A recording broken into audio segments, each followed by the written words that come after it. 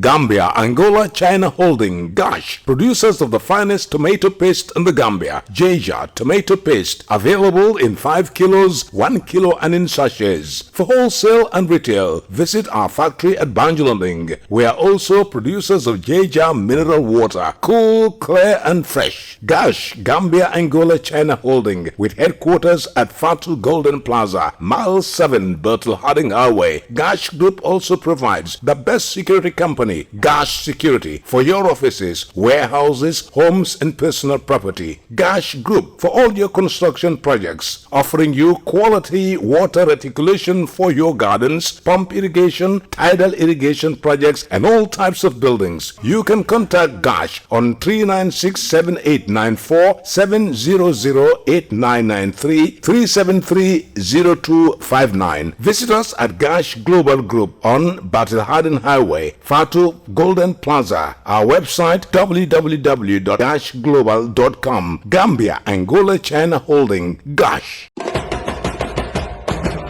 Sophie Milk ñu ngi fété juróom benn ati cafka bu dul dañ ñoo leen indil Jalika full cream milk powder neex saf sàpp te bari cafka pour di leen jërëjëfati si ni ngeen defee Sophie Milk seen favorite milk brand léegi mun ngeen a jëfandikoo empty Jalika milk sachets wala carton pour gagner ay xéewal yu riche.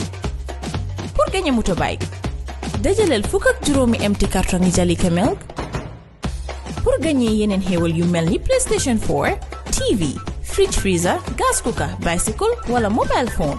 dajaleel fukk ak juróomi empty Jalika milk sachets def leen si biir enveloppe binda si sa tur ak sa téléphone number. Mun ngeen ko yóbbu si bépp Jalika milk agent bu leen gën a jege. Pour xam bi si raful yi dem leen Jalika milk Facebook page. Jalika milk mooy meew bu ees bu leen so fi indil gën a neex saf sàpp te riche.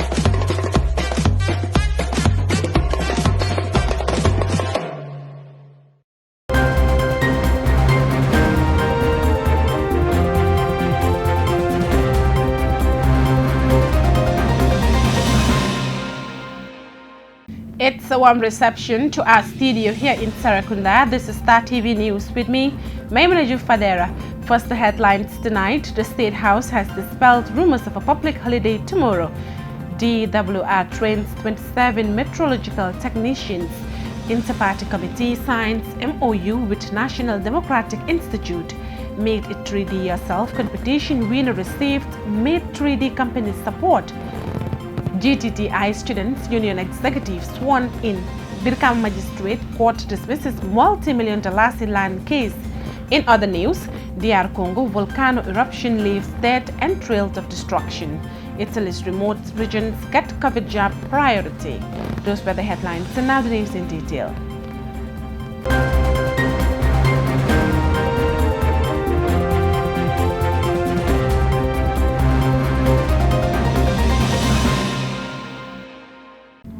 Rumors have been making rounds about a public holiday on May 25th in observance of the African Liberation Day, but the Office of the President says on Monday that it has not declared tomorrow a public holiday in the Gambia. It should be noted that 25th May is recognized as African Liberation Day in recognition of the struggles of the founding fathers to liberate the continent from colonial rule, stated a media release from the presidency. To commemorate the day, the dispatch adds Africans should redouble our efforts for the continent's true political and socio-economic emancipation through hard work and commitment to nation building. Meanwhile, the dispatch says all public servants are expected to be at work tomorrow. It ends. The Department of Water Resources on Saturday organized a graduation ceremony for 27 middle-level meteorological technicians at its training school in Yundum. Adamajala reports. Speaking at the ceremony, the Director of the Department of Water Resources, Mr. Lamin Mai Toure, says his department and 9 Met of Nigeria signed a 2-year MOU in 2018 to offer a training to medium and senior levels meteorological staff. According to Mr. Toure, who is also Gambia's permanent representative to the World Meteorological Organization, the first MOU was followed by a 5-year one, saying the latest will not spell the end of the capacity development partnership between the Department of Water Resources and 9 Met of Nigeria. He called on the beneficiaries of this latest round of capacity enhancement to harness the knowledge gathered for the development of the country.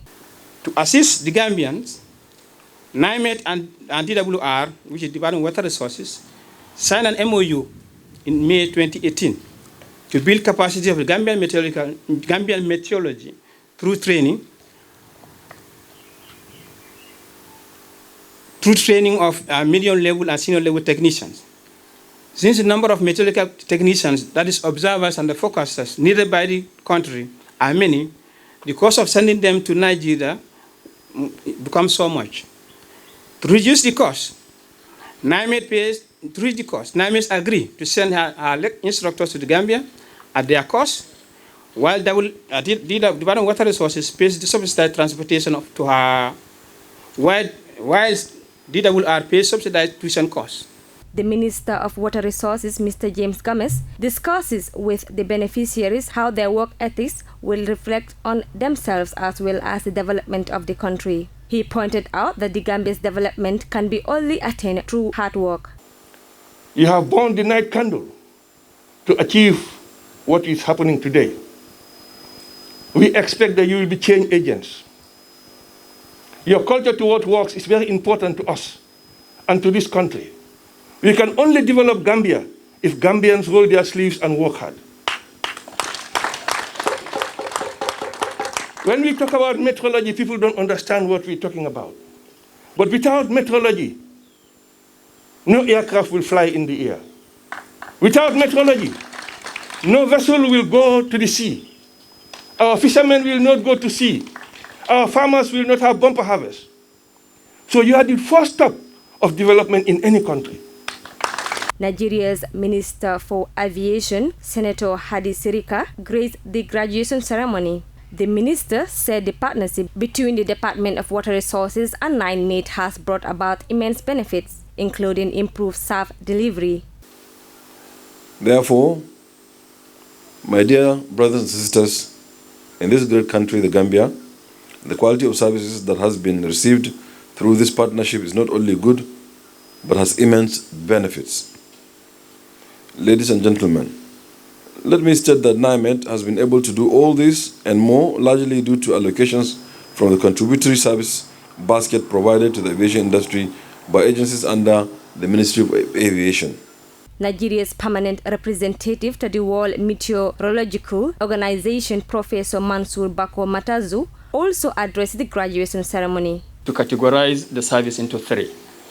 Number one is the focus producers. The focus producers are the similitude of NIMET and the similitude of the Department of Meteorology. And at this level, you require intensive training and capacity building. And I think that is one aspect that we are achieving today. Masane Kamara spoke on behalf of the graduating technicians and expressed his strong commitment to service delivery. Our strong desire is to enhance the timely service of meteorological information to all users for safety of the airspace within our jurisdiction. Meanwhile, the Gambia Water Resources Training School was established in 1985, and since then, 500 people have so far trained there in 18 batches. For Star TV News, I am Adama Jangjalo. Representatives of the various political parties in the country today signed a memorandum of understanding with the National Democratic Institute at a meeting held in Bijilo. The MOU is aimed at facilitating political engagement for the development of the country. While Khadija Tudansu was at the meeting and she filed in this report. The National Democratic Institute is a non-partisan, non-profit organization that works with partners in developing countries to increase the effectiveness of democratic institutions. The organization seeks to support and strengthen democratic institutions worldwide through citizens' participation, openness, and accountability in government. The country president of the National Democratic Institute, Ray Esibagbon, stressed the need for the recognition of the role of political stakeholders in the promotion of peaceful engagement among parties. This, he believes, is important for the Gambia, especially at a time when the country heads to the election. He expresses his organization's commitment to supporting the IEC for the peaceful conduct of the forthcoming election. Mr. Esibagbon highlights the strategies that his institution intends to employ in the partnership with the Gambia in ensuring a peaceful election. We want to see that the political parties address issues and not personalities. And we are very interested to see that the election that is coming up is conducted in a very peaceful, under a very peaceful atmosphere. And in that regard, we are going to be working with civil society groups, including the Gambia Commission for Political Debate and other institutions to facilitate presidential debate. It's a healthy exercise during election period where you bring political parties and their candidates to discuss issues, to share their programs and policies with this electorate to help them make well-informed decisions. So all of that are mechanisms that this partnership will explore to ensure that the atmosphere before, during, and even after the election remain very peaceful. He reveals that the National Democratic Institute will in January of next year assess the level of its partnerships with the different West African countries. We are very, very committed to work with the IPC and to work with all of you to make the objective for which the IPC was created a reality. And in terms of our capacity to do this work, we have network. We operate in many countries all over the world, over close to 70 countries all over the world where we operate. And in the West African sub-region here, we are operating in many countries. And we have a pool of experts that we are going to be drawing from, both at the headquarter level in Washington and at the regional level here in the West African sub-region, that where we will bring a pool of experts and resources to help make this partnership, to implement this memorandum of cooperation. As Gambians go to the poll this December, efforts are underway to ensure a smooth and peaceful conduct of the national exercise. Khadijatu Danso, Star TV News. The winner of the Made It 3D Yourself competition today received an assembled and calibrated 3D printer and 10 kilograms of filament to start up his own business, while Jacqueline Colley reports. Funded by the International Center of Trade through the Youth Empowerment Project, the competition was staged to scout for best 3D printing business ideas in the country. The winner of the competition, Muhammad Ali Gay, benefited from a 3-month intensive training and mentorship from 3D company. Gay has already registered his own business called Quality Control 3D Solutions. He explains that his focus is on customized 3D printed cosmetics. So my main focus is to use 3D printing to produce low-cost 3D prosthetics for financially underprivileged amputees in the Gambia, as there are numerous challenges faced by amputees in having access to prosthetics. Some of these challenges are finding the right fit, time-consuming accessing the prosthetics, and inability to fund the prosthetics. So with the help of Mr. Sylvester, we were able to come up with a solution to produce cost-effective, strong and lightweight 3D prosthetics. Gay says 3D printing company has changed his life for the better and expresses gratitude to it as he encouraged youths to avail themselves of the opportunities that 3D printing can offer, especially in job creation. I believe from now on I can build a steady growing business to solve day-to-day problems faced by Gambians, and I hope to have the capability to employ other Gambian youths in the near future. Meanwhile, the competition sought to provide capacity-building opportunity for young Gambian entrepreneurs in 3D printing as a catalyst for business development. Make 3D is the first Gambian 3D printing company with the aim of providing Gambian youths, experts, and public access to 3D printing technology for local businesses enhancement and increase local decentralized and customized production using the 3D technology. Jacqueline Colley reporting for Star TV News. The Students' Union of the Gambia Technical Training Institute last Thursday installed its new executives to steer the affairs of the union for 12 months. Mariam Adem reports. This latest executive council is the 36th and was ushered in under the banner Importance of GTTI towards national development. Whilst welcoming the incoming executive, the Director General of GTTI, Edward Mansal, recognized the efforts of the outgoing executive, saying they have done their utmost in their tenure. He emphasized that leadership goes with responsibility and challenged the new executive to put the welfare of students uppermost on their agenda. So I would challenge you, make sure that you take your education seriously. Number two, you're representing the interests of the institute, your fellow students. I'm challenging you, it will not be an easy task, but nonetheless, management is here to support you. Your lecturers are here to support you. So I appeal that we work hand in glove to be able to overcome this challenge. On that note, I want to wish you a very successful, the 36th executive, a very successful tenure.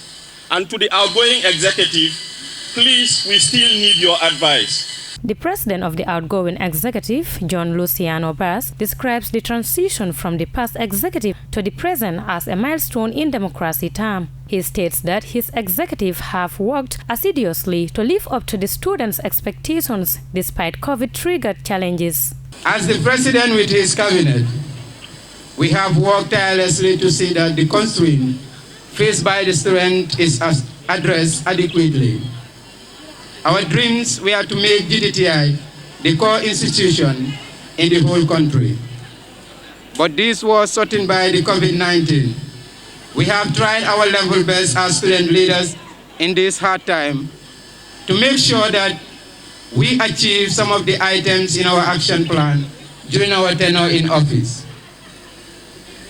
When we took over the office from our predecessors on the 21st of February 2020, without wasting much time after the handing over, our first week in office, we kickstart with the Sport Week.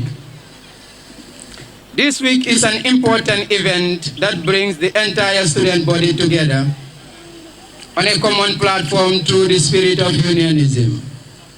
Bass advised the new executive to foster an environment of tolerance and respect for each other's opinions. He also admonished them to unify students as collectivity is at the heart of unionism. Serving in that office is very tough, and if you are not ready to tolerate each other, then be certain of failure. As the outgoing president of the union, I advise you, respect each other's view and try to understand where the individual is talking from. Do not be fast to condemn anyone. Before speaking, always listen to each other as an executive. I will not say much. I will not say my executive was perfect, but we try to tolerate one another, and it really helped us to move forward.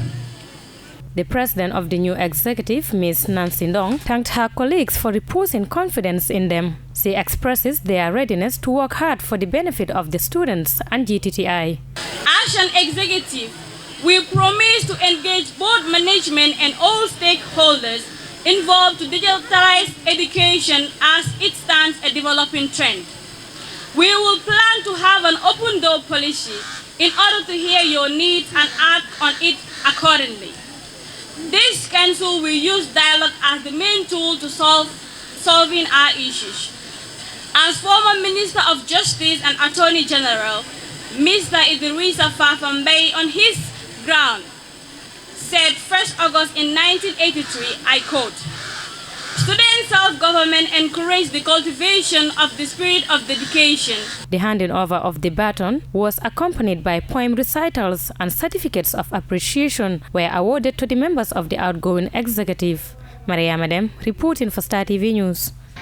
The Birkama Magistrate Court has dismissed a suit filed by businessman Amadou Cisse for the restraining of one Adama Job from entering his properties in Lateria, but Amadou Cisse vowed to challenge the judgment in a superior court. Details in this report. Messrs. Amadou Cisse and Hassan Job sometime this year filed a suit against a certain Adama Job, seeking a perpetual injunction restraining him, his servant, agent, or whosoever acting directly or indirectly on his behalf from entering their landed properties. The duo also made a claim of $200,000 as damages for the destruction of Amadou Cissé's properties, $60,000 litigation cost, and $100,000 for trespass on the properties. The matter was first mentioned on March 24th, but Adama Diop appeared before the court on 12 April and objected to the injunctive orders made on 24th March but was overruled. Job told the court in denial of liability that he was the chief administrator of the late Alhaji Yusufa Job's estate. The Brikama Magistrates Court, presided over by Seni B. Juve, held that it was clear from the records the matter had been in one way or other litigated at the High Court, and that the court cannot consequently to any degree interfere with the matter as it was not properly filed before it. The court therefore dismissed the matter on jurisdictional grounds and discharged Adama Diop from the claims made against him by Amadou Cissé and Hassan Diop. The court also discharged and annulled the interim injunction made on 24th March. However, this ruling has not gone down well with one of the plaintiffs, Amadou Cissé. Definitely, it's not been fair at all. It's not been fair at all because we believe since there is an adjournment date given by both parties, even though you are going to do action or you are going to do anything, we should be noticed.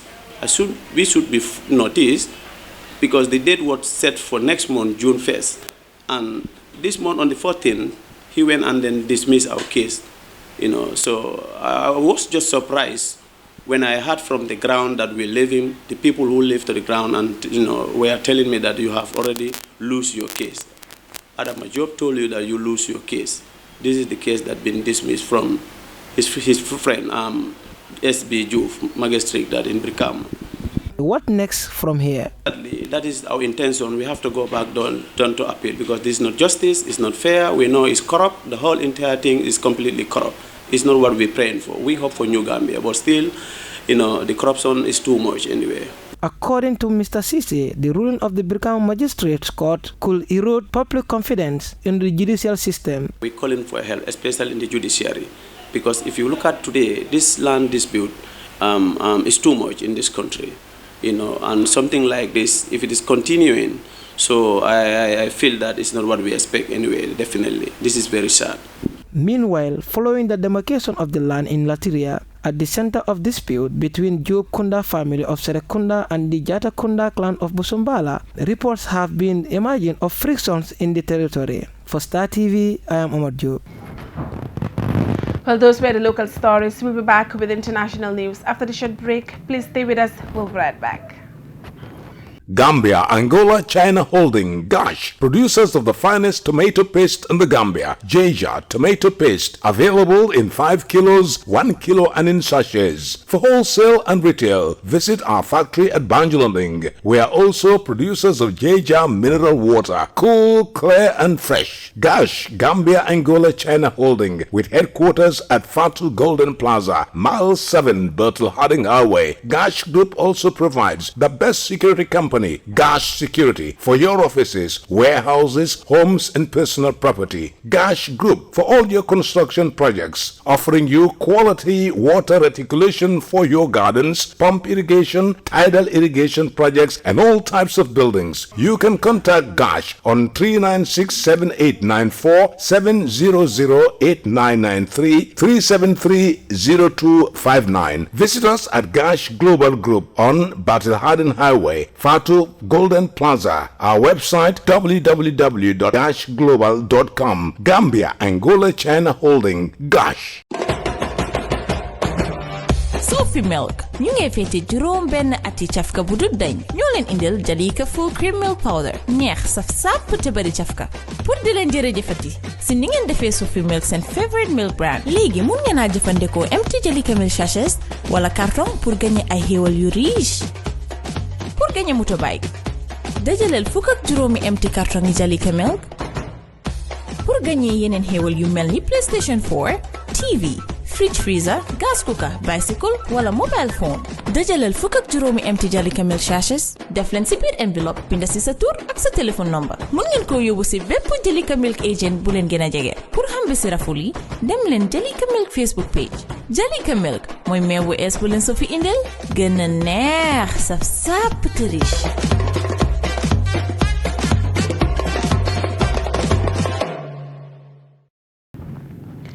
Welcome back after a short commercial break, we now look at the news beyond our borders. At least 15 people have been killed after the eruption of Mount Nyiragongo on Saturday night. Leaf from the eruption covered dozens of homes in Goma, Eastern Democratic Republic of Congo, and tremors were felt there on Sunday, rising concerns for the lava flows. The government has promised to help, but people here do not expect much, saying the authorities failed to issue a warning in spite of detecting seismic movements earlier this month.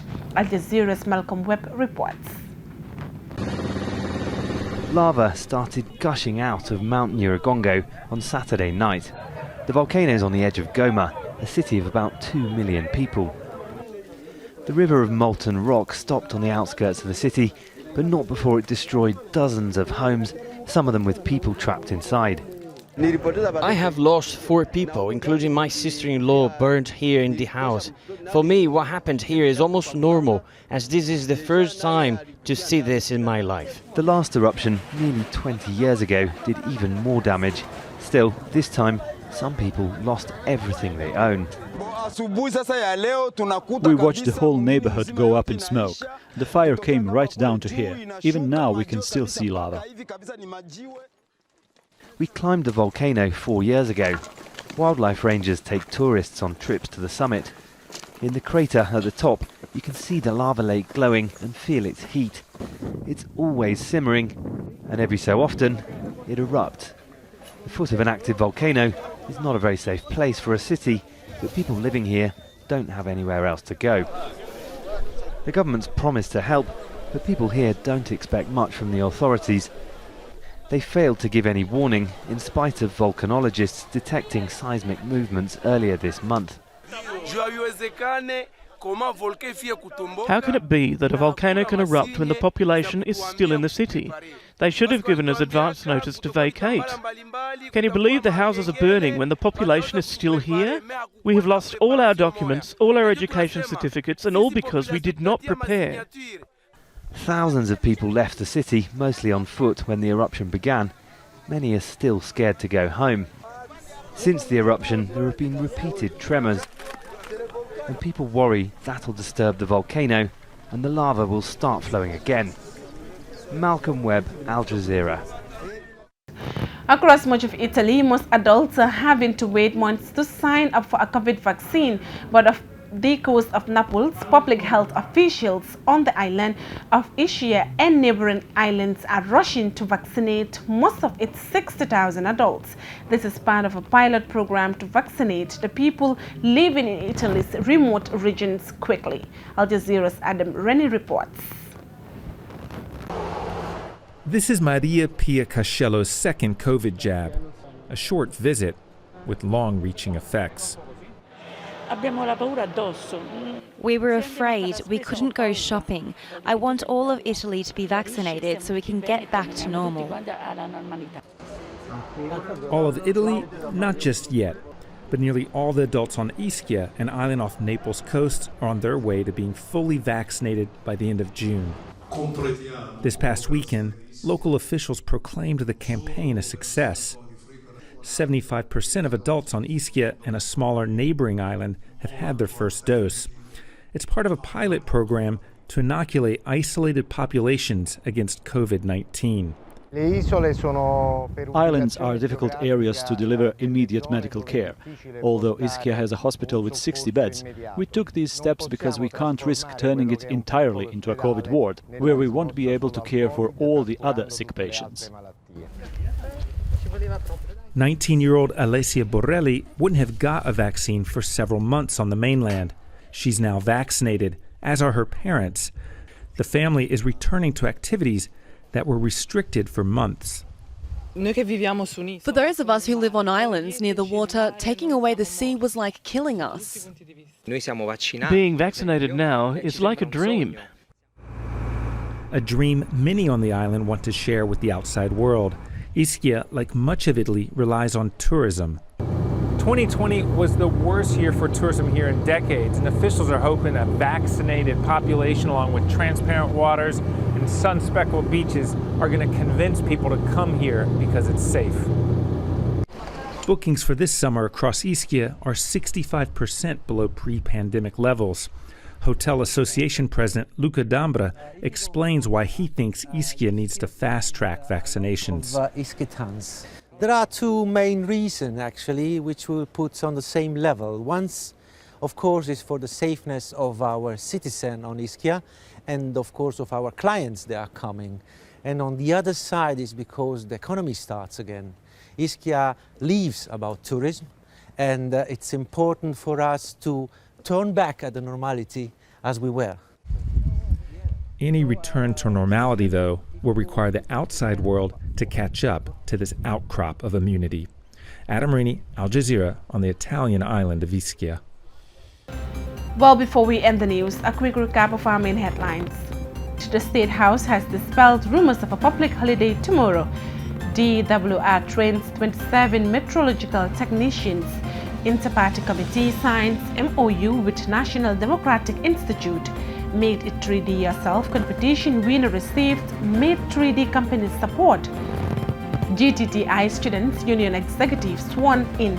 Birkam Magistrate Court dismisses multi-million-dollar land case. In other news, DR Congo volcano eruption leaves dead and trails of destruction. Italy's remote regions get COVID jab priority. That's all for this edition of the news. Do enjoy the rest of wonderful programs. Join us tomorrow for more news. Thanks for watching and do have a wonderful night.